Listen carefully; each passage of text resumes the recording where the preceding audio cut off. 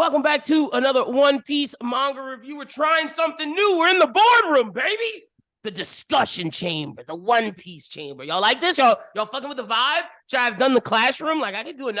We could do different rooms. We could try and see. I don't know if me changing mid-record messes it up, but we're doing this one to my, I guess, how you guys would see the video. To my right is Mr. Jazz. To my left is Versen. How you fellas doing today? I'm good. You know what I'm saying? Chilling. I mean, did we all plan to wear black shirts on purpose? Hey, mine's got rainbow in it. Oh, okay. I didn't see. It looks gray. But yeah, I mean, I guess whenever you're the guy who runs the podcast, you get 4 chairs to yourself, so that's cool. Wow. Good to know how things stand. I try. I can't take chairs out of here. Otherwise, I would have, because I hate that it's not symmetrical. I hate it. Yeah. As like Lynn said, I had to hang out with you guys too close for D&D. I'm not doing it for the podcast. I need my space. Hey, shout out to the D&D group, 100%. But let's get into it. We got a lot to discuss. We're here to review chapter 1078. The way we do this is I give a brief summary of the chapter, and then we go through and pick and choose important things from the chapter. This week, we're definitely starting off with the cover story. I don't even care if y'all want to start somewhere else, because my man, Judge, linked up with his homeboy, Caesar, and we got Neo Mads, baby. These losers. Neo Mads. But wait, we'll get to it. It starts off, we see Stussy and Jinbei rolling. They're talking to Sentomaru about how the Seraphim are going crazy, how the Navy's coming, how this is about to be big shit. We then see the Boa Seraphim kicking ass. Poor Usopp still stoned. Frankie half stoned. This shit is getting crazy. We then cut to Robin and Chopper and the other Vegapunk rolling. They're doing their thing. We see Nami and Brook getting fucked up by Jinbei, whatever, S-Fish, whatever it's called. I don't know what it's fucking called. The S-Shark. Jinbei Seraphim. And Sanji, my man, just stand there and took it. I love that. Took it like a G. I have a theory for why. And y'all know it. It's the Lunarian thing. I'm standing on it. We then see Luffy and Zoro fighting some Seraphim. They're doing their thing. They basically get S-Hawk out of there. So Kaku and Zoro go fight S-Hawk. And then Luffy and Lucci are fighting S-Bear. We see that fight continue. We then get a cut to Bonnie crying, which I don't think many people are talking about. That's what I'm interested in. I hope gets touched on next chapter about more of Kuma's backstory. We then get like panels of the narrators giving us similar vibes to the Banoa chapter where we found out Ace lost to Blackbeard, talking about how the world will be shifted. And that event is about to happen with Luffy, basically Kizaru, Jay St. Garcia, some shit's going down. I have a theory for why the world's going to shake, and I don't think it has to involve with Luffy. But we then cut to the end of the chapter where we find out that fucking York is the traitor. So let's start from the top. I love it. Neo Mads, baby. Caesar and Judge at it again. Yeah, Tweedledee and Tweedledum back at it. Fucking second rate. Dude, the fact that there are like 7 Vegapunks means that these are like number 8 and number 9 scientists in the world, respectively. Don't get me wrong. The hater in me enjoys seeing them do petty shit. But come on, y'all are just molding. And hey, those clones are about to get devil fruits. I fuck with that. They about to have a smile. Or do you think that Judge is gonna want smiles, or do you think he's gonna shoot for like Paramecius? Like, I think that'd be an interesting way to differentiate, like, you know, make them Paramecius smiles, quote unquote, and like have those clones ready to go. I will say this. I'm interested in the fact that the last panel we got before this was them being like, it's all Vegapunk's fault. And now, so it's like, all right, I guess you guys are going to Egghead now. You're gonna they're gonna show up late after everything's already done. And scavenge and collect the wreckage. They're gonna eat fucking Vegapunk's detritus as they've done their entire careers. And they're gonna make some new shit of it. And just like Wapol with Wapol metal, they're gonna get some fire shit from the Vegapunk wreckage. How you gonna have a Neo Mads without your boy Queen? Oh, I was gonna ask, do y'all think they go recruit Queen, get him from Wano, if he's still at Wano? They could theoretically go to Wano and get out.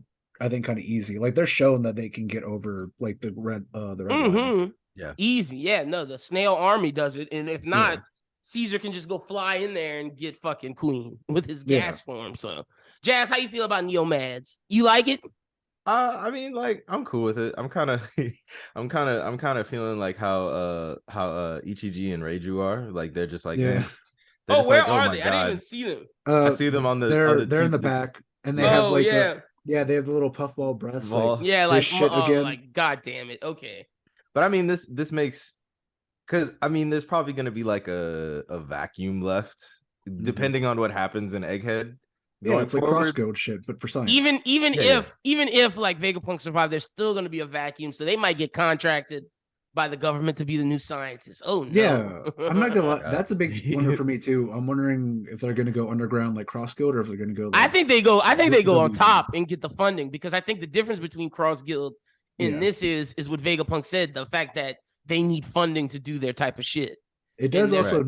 It nicely makes it a transition to where Vegapunk can go work with the Revs now. Exactly. Except he doesn't have any money, but he's way better than Neomads. So they can kind of fight on each what if the Marines end up with raid suits? Like, what if that's the final like a bunch of Marines and raid suits? That's actually Smoker's next power up. Dude, I want to see Akainu in like, I want to see specifically Akainu in the Reiju suit, and they're like, it's the only one we had left. Sorry, bro. He's like, this shit looks ridiculous. Yeah, Akainu would burn that fucking suit. He's like, I'm not wearing this shit. But I make Greenbow happy. I do think that they end up start working for the government. The raid suit thing is a joke, but it would be cool to see. Now, where do y'all want to go inside the chapter? Y'all want to go to the trader?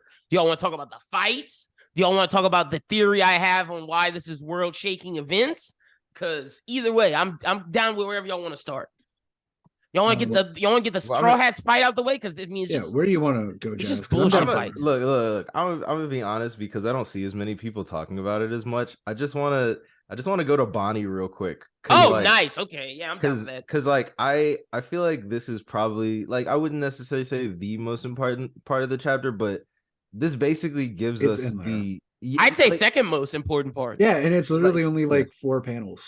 Like this pretty much basically this gives us that, like, she probably knows everything. Now, whenever we figure out, I don't know when that's gonna be, but like, or she at least knows like about the celestial dragons, like, whatever she knows, and I think we learned that too. And the point that like they start the narration here, so like the Kuma plotline has to, because like me like, I don't know what your theory is about, what the world shaking events are, but like the Kuma stuff has to relate, because there's no way that he would put these boxes right here and the Kuma stuff isn't like at the tip top of like why this is about to be a big deal. Actually, you saying that just made me want to add a part of the Kuma thing, so I might as well just say it. So the part that the Kuma thing is, I think like suicide bomb Marijwa, 100%, like that's gonna happen. But I think Dragon comes and kills Jay St. Garcia, and I think we get our first Gorosei like dead. That's my theory of Dragon coming and causing a world-shaking event, and like he's the reason why things go crazy. I don't think it's Luffy. I think Luffy is just here and like kind of spurned it on. But I go back to Shaka calling Dragon and saying like, we've accepted our death, and Dragon being like, what the fuck? And then Kuma leaving, no Sabo, and I think he's like, I gotta make a move now, finally. Like, it's time. I would like to, before we really get into theorizing, I would like to just shout out to the 3 panels themselves, because that is, the other day my brother, being the little shit that he was, shout out to the Manga Melee podcast, although I do have beef, he was like, when does the art start getting good?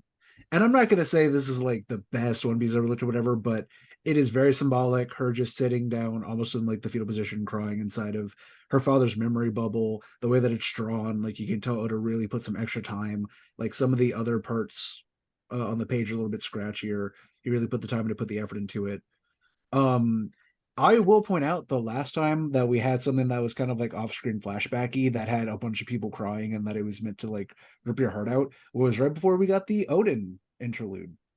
Like, because if you remember, the Straw Hats learned about the whole story about Kazuki Odin before we did, and all we got was their reactions, and every single Straw Hat cried about it and was pissed. Oh, we're gonna find out about Akuma for sure. No, I just think this might be like a full-blown like mini interlude. Like we might get like a couple chapters that's mostly just that. I wouldn't be mad at that. Jazz, how you feel about the world shaking event? Like, I took your Kuma thing, suicide bomb. Like, I think it's both of those things happening at once. Where like Marijua's like, oh damn, we feel threatened. Like a Gorosei might die and a bomb at Marijua. That could be crazy. Do you see Dragon making a move? Because it's like, who else could it be? Like, that's my thing. Like, who else could move on them right now and help Luffy? I do like the Dragon thing, and that's seeming like that's like one of the only options, because you got to think Shanks is in combat right now. Yeah, Blackbeard's in combat. Garp is away. Like I think it's very Straw smart Hats are leaving. Exactly. Like, you know what I'm saying? Like, they're not staying. Like, the point is they got to get off the island. So, and then even at the beginning when Sentomaru is saying, like, basically this is about to be worse than Ohara, because like Ohara was just an island of scholars. Like, they did not have any defensive forces or anything. Like, they are going into Egghead. Like, this is a war. Like, what is it? What is the normal Buster call? It's like 5 ships, a couple vice admirals and an admiral, right? They're sending like what is it? 100 battleships? Multiple vice admirals, the second strongest admiral, and a fucking Gorosei member. Like what? So they're coming. They're coming to wipe this island off. I think it's beautiful that Oda put Garp away, Obi away, Blackbeard away, Shanks away. There's no one who can come. Sop, you even showed Leloucia. Like, I just think it's set up perfectly for Dragon to pop in. How you feeling, Versen? The thing that I would say, and for the record, at least in the translation we're looking at, it doesn't say Buster Call. It says their caution level is raised to total war imminent. Jesus. Oh, so it's just preparing for war. Ohara was not a war. Ohara was a mass slaughter of scholars. It was a massacre. They think that, especially, keep in mind, it's because Luffy's there. And he's a Yonko, for sure. As an emperor, they respect him. So they're like, we need to do this like as if we were hitting up. Like, but I just don't think they can. I just don't think they're ready to take on all of that. And I don't necessarily think they will. But that's the thing, though. They're not trying to keep Egghead. Egghead is not going to become. At least it's not supposed to be. Luffy has never said, "I want Egghead to be part of my territory." But he does want to save Vegapunk, and that's what they're going for. Yes. So it's like, as they're getting out, somebody got to come help. Well, it could be the Grand Fleet. I doubt it, but it could be. I doubt it though.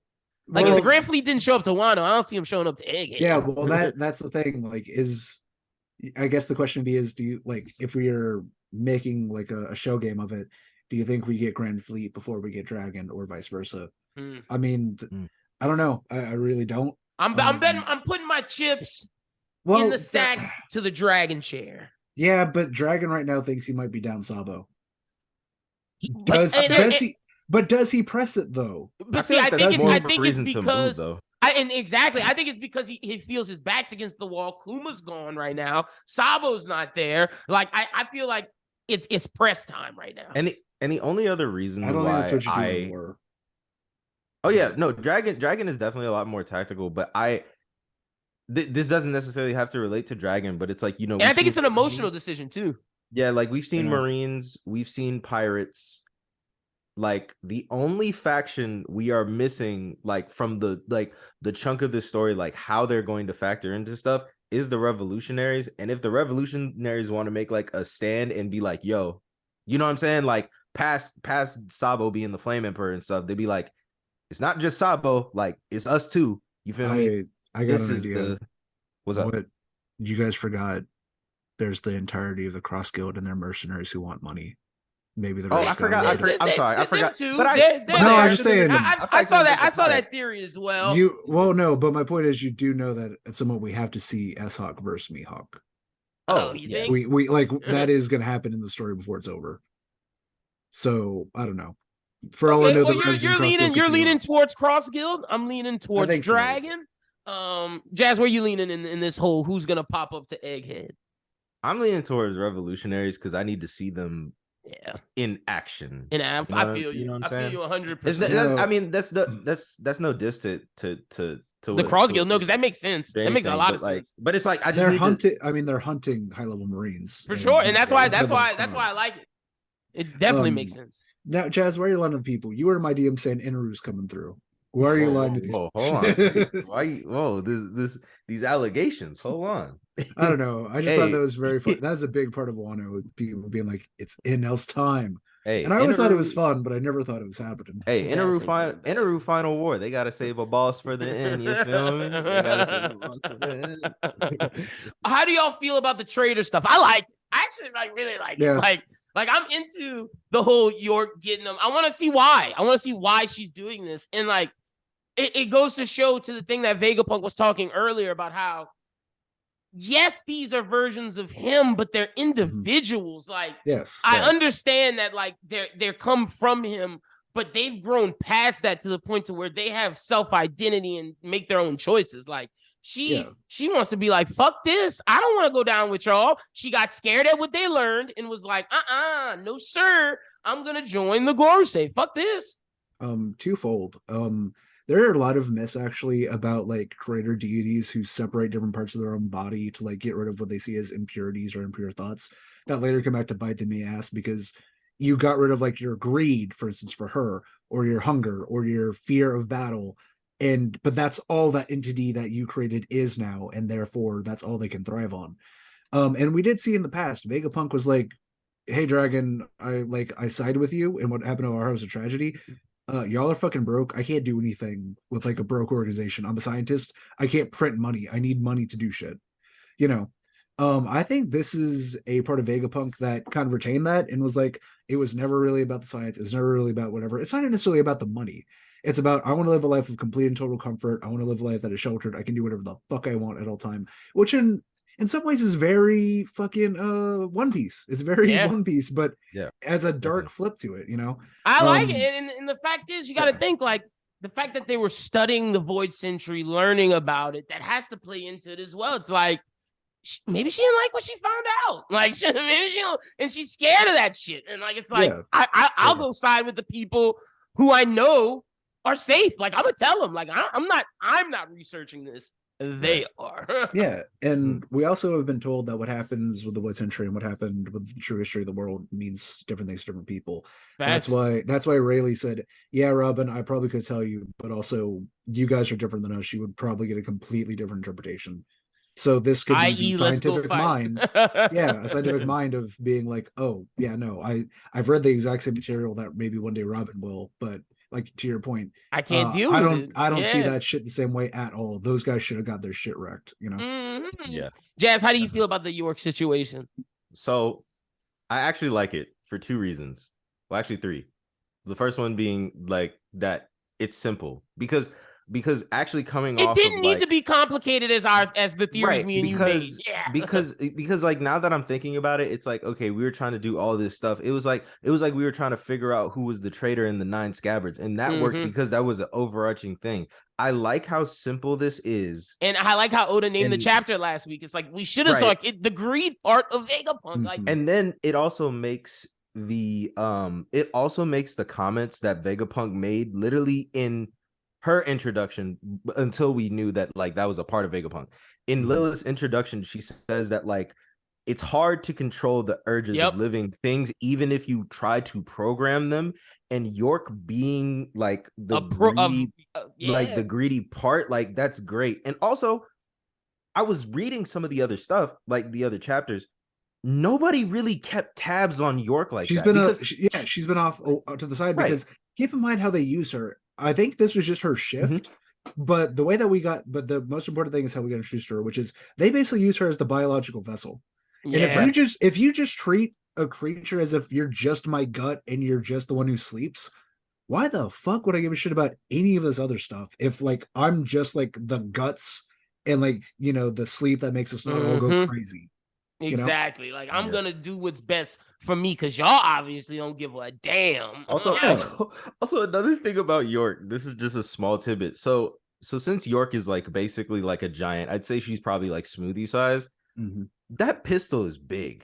So like people were like maybe Shaka survived because of the buffer to his face, but now I'm seeing this pistol, I'm like, nah, Shaka's dead. Yeah, like nah. Like that bullet's the size of like a fist. Yeah, like is and the way she planned everything, kudos to her. Like taking the CP agents, calling celestial dragons, calling the Gorosei. Like bravo, York, making a whole side deal. Yeah. You know what's funny? I was watching Tekka's review of it earlier, and he explained it in the most perfect way. He said York is basically like a Karen. She called the world government the first time, and she was like, "Yo, like, you know what I'm saying? Like, they're researching the void century. They came, and then you know what I'm saying? They did the stuff with the CPHs, and then she called again. Y'all didn't find them. Let me talk to your manager. Yeah. She was like, I don't think you guys are taking this seriously enough. Like, yo, put me on, put a Kainu on the phone. Put your supervisor on the line. Yeah, where the Gorosei at? Put those 5 old dudes on the phone. I want to tell them about their customer service. Like, and I'm not gonna lie, part of me's got disappointed because by her very nature, she's the most relatable Vegapunk, and also she. Not gonna lie, she was kind of hot with it. You know, I don't know. What's up with Oda? What's up with Oda and Ashot's this arc? Somebody must have teed him up. Calm down, Jeff. He changed. He changed up. He changed up. He was like, I gave too much chess in everything else. Time to switch it up to the back shots. Hey, look, he was like, I got my too respectful. Right, like I told him I got my goons. I said, look, man, you don't switch it up, I'm going to deal with you for real. Yeah, so, like, hey, you got to see Doll, so like I know you're hyped about that. Crumb. He giving me crumbs, bro. I mean, like, look, I can't be mad at it. The side profile, I can't be mad at it. I can't. She got the sticker and everything, dude. Like, yep. I'm interested in that judge looking dude. Like, yeah, that homie. That judge looking Marine. Like, what's his deal? Also, what's the dude with the big beard and the sunglasses deal? Like, yeah, and like the weird white streak that goes both to his beard and his hair. Like, yeah, I'm kind of into it. Like, what's I want to see some Marine fights. We haven't seen that in a long time. You think that these are like some of the Marines that they picked up during the draft? During the time skip? Possible. Yeah, it'd be really cool if like that was a thing with Doll specifically, because she doesn't seem like she's been in the Marines for. I want these to be Kizaru's like guys. Like I want this to be like Kizaru's crew of Marines. Like we know how Garb has Kobe, Helmeppo, oh boy, what's his name? I'm blanking on his name. The GOAT. Oh man, Jazz, your guy. Wait, Garb's partner, his right hand man. Bogart. Oh, Bogart. Yeah. Bogart, so Bogart, I want Doll and them to be Kizaru's, Bogarts, and Kobe's and whatnot. Yeah, and it would make sense to me that they would be part of his crew and they'd be a little bit more lax on some of the rules and shit about what it means to be a Marine. Because Kizaru don't give a fuck. He probably hangs out and like plays poker with them or some shit when he feels like it. Yeah. Also, love the Sanji stuff. Look. I know people out there don't know how they feel about the Sanji stuff. I'm telling y'all, I put my chips in the table for Dragon. I'm putting my chips on the table for Judge affecting Lunarian. And I'm double down on it. Like last week, how I was like, Caesar worked on Devil Fruits. We saw his Devil Fruits, his success level with the smiles and whatnot. And we saw how Vegapunk did his Devil Fruits. I think we saw Vegapunk use the Seraphim and use his version of DNA Lineage Factor. And I feel like Sanji and them are Judge's versions of Lineage Factor. And I think that's what we're going to see, man. And whether or not the durability plays into it, you know, some people think it may just be whatever the brothers and sisters are. I still think it's both the durability and the fire come straight from Lunarians. Where y'all at with old Sanji? I'm so proud of my boy for just not even attempting to block. Yeah, just cross his arms. You know, like we haven't seen a cocky Sanji like in a minute. Also, eyebrow switch back. Yeah, it went back to normal. So yeah, which is like which is like which like you know what I'm saying. You know, I'm under the assumption that Sanji just tanked a fishman karate hit from a Lunarian shark. Also, his cigarette's still burning, so that ain't do nothing. Not a damn thing to him. And honestly, the more that I think about it, Judge's most people know, but it's like Judge's greatest failure is really his greatest success. It makes so much sense. But that's because of Sora. Like exactly. Because like if the problem with the Germa 66 siblings is that they are void of emotion. I feel like Sanji's emotion is actually a power up added onto it because he can feel these feelings. He can he even says it. He says in the TCB translation, he says like, this is my undying power of love.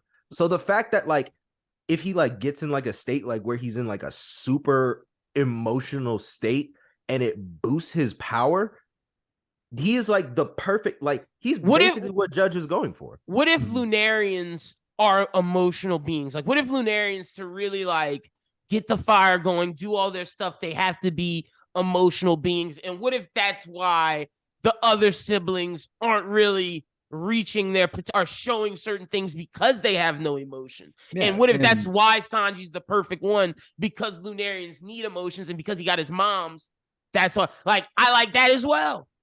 Yeah, and not just that, but also hockey being willpower. I don't think you can be a totally cold calculating machine and really get good hockey. Also, not we don't ever see them use it either. Yeah, and I don't know, not just that, but like I said, I'm just so proud of Sanji. Definitely part of it's from his mom than him anything. I've always maintained that I think the Seraphim stuff might be from his mom, like, because you know how we have people in One Piece who run around who are like literally giant sized, even though they're just supposedly regular humans, and it's theorized that somewhere along the lines they have an ancestor that's like that. I think it's totally possible that like the Lunarians come from his mom. Yeah, because I mean they are still humans. Like as far as I can tell, as shown by Big Mom, every race in the entire world can pretty much interbreed, even the fucking Tontada. Yeah, you know? that's wild. That's so wild. You know, like, so you can definitely be like a 5th generation. Wait, I'm sorry, I gotta ask, did the Tontada dive in Big Mom's ocean? Like, come on, man. We've already talked about it. Yes, he walked through like a dungeon crawl, not where he needed to, and then he threw it out, and then he ran back. Walked out. Although that being said, you're acting like there's no way there can be a test tube baby. I mean, Weevil's a clump. We said that too, anyway, but like, I'm believing that the Tontadas pulled the Ant-Man on Thanos. Yeah. But anyway, so you can definitely interbreed Lunarians or any Skypian with a human without too much trouble. I'm not saying it's like he might be like a 4th generation or something, you know, like it might be very minor how much he has in him, like very minor. But I think it's there. He's always been a passionate individual. That's his like whole thing. He's ruled by his emotions, and it gets him in trouble sometimes. Other times it makes him be a fucking badass. I'm glad to see, you know, he's standing tall with his other 2 compatriots. Finally, we can end the there's no more monster trio anymore. Sanji's kicked out, Jinbei's in the bag. Although I will say, I think it's just a new monster trio. I think it's just Jinbei, Sanji, and Zoro, and I think Luffy's just the cat, like up there, captain. Yeah, and I will also say on that point, I also think Jinbei is probably going to do fine too whenever he finally finds the Seraphim to fight. You know what I'm saying? It that's works. Not Jinbei slander. It works. I say he got the I mean, I guess still the monster trio. Maybe they got to find a new name to call it, because he has the son of the sky. Yep. Sanji being the child of Sora. The son of the earth. Son of the earth. With Terra. It being Terra, and then Jinbei's literally the son of the sea. Mm-hmm. So the sun god and his, I don't know what you would call it. His elementals, or his like terrestrials, or you know, whatever. Yeah, his and look. Usopp's kind of like his tree man, his forest man. Even though Zoro's son of the earth, but you know, I think it's very interesting that Usopp rocks with the tree. You have Brook as death. Also, Zoro being the king of hell, his epithet. You also got Sanji with, exactly, man. Like so, like it's all his elementals.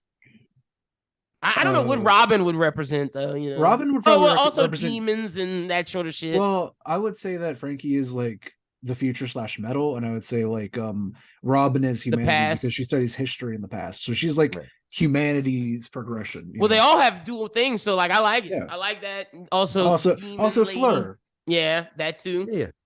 So all right, cool. I don't have much to say about the battle with Lucci and them. I really could care less about that. Like nothing's really popping off. It's if y'all have some, y'all go ahead. Say your theory about the pop, because we didn't record that. Oh my god! So look, man. Let me start this off by saying I'm really not slandering Mihawk. Before I say that though, something in this chapter that did kind of bug me. Brook has the ghost form. Mm-hmm.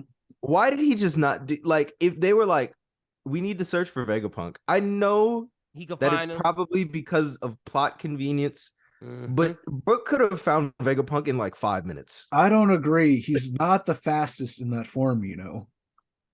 It would be. It would have been. It would have been easier. Also, I feel like that also before Sanji came upon it, Brook was going to help defend Nami. Sanji just got there. That's true. Like, I don't know. Unless Nami and him agreed, like, hey, we're going to find a closet somewhere and hide, and then I'll search for Vegapunk myself. Yeah. Like, otherwise, that'd be him leaving a teammate alone, and he never, ever does He ain't leaving Nami. Ever. Not Glass Cannon. No, sir. Yeah, he didn't leave Robin alone, let alone Nami. And that's no shit at Nami. So tell us your Mihawk slander theory, my boy. Oh my god. So yeah. So first of all, look, y'all, I swear to God, Oda be doing this. It's not even me. I'm just connecting the dots. So the signs, bro. The signs with Jazz. So look. Dots. So look, at first, I thought the S-Hawk just ran off, right? Mm. I'm looking at the page, and there's the little pop lines when Kuma pops something out of, to put it somewhere else with his pawpaw fruit. The fact that the Seraphims make battle decisions based off of the personalities of the warlords that they are based off of, and continue. This is your continue. The signs with Jazz. Look, and the fact that he ran away to fight weaker ones is crazy. And you know what's crazier? He left S-Bear there. So why didn't they both leave? And you know what's crazy? This isn't the only evidence. We've seen Mihawk run from Shanks, from Vista, even Don Krieg.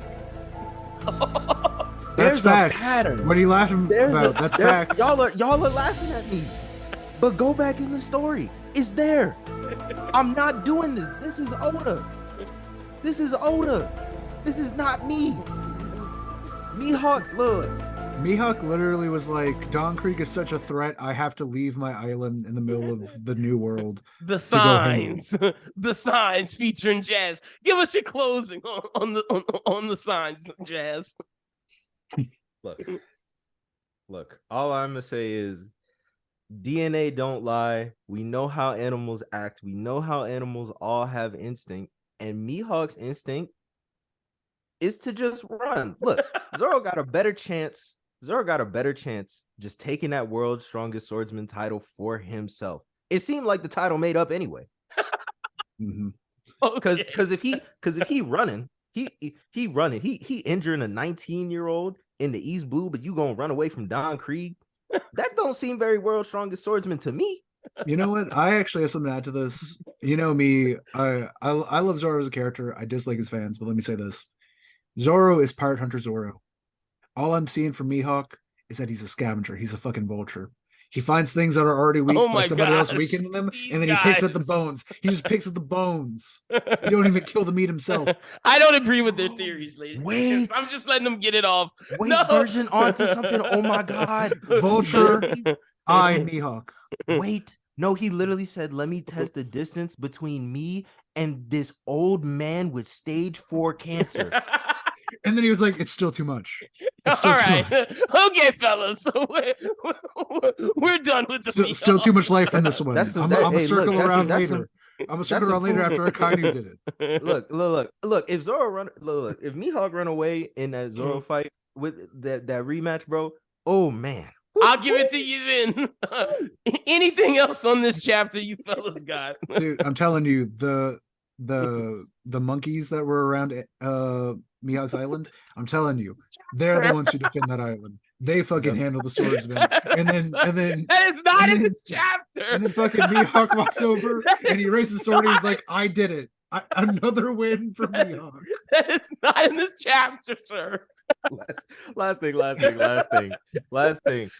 think the S Snake is probably the strongest Seraphim. I know there's no hierarchy of strength. Fucking him up, bro. Your man Usopp looking like a child predator right now. My man. That's not what that is. Man. That's not what that is. Like strong emotions in general. You don't need to calm down. Look, call me Yasop. I never claimed him. Wow, y'all are fair weather. Y'all really left the man alone. You're leaving it for me to be an ally. Y'all have no solidarity. Hey, Jazz, I'm with you. Yasa, baby. No, man. Wow, I the can't. deadbeat father. What does that I say about can't. y'all? I can't co-sign. I can't co-sign it. They had, the. Oh, you think you're just as great as them panel, bro? They Photoshop Usopp, Carl. What's his name? Carl Malone. Yeah. Carl Malone. R. Kelly, Hisoka. I'm like, look, man, look.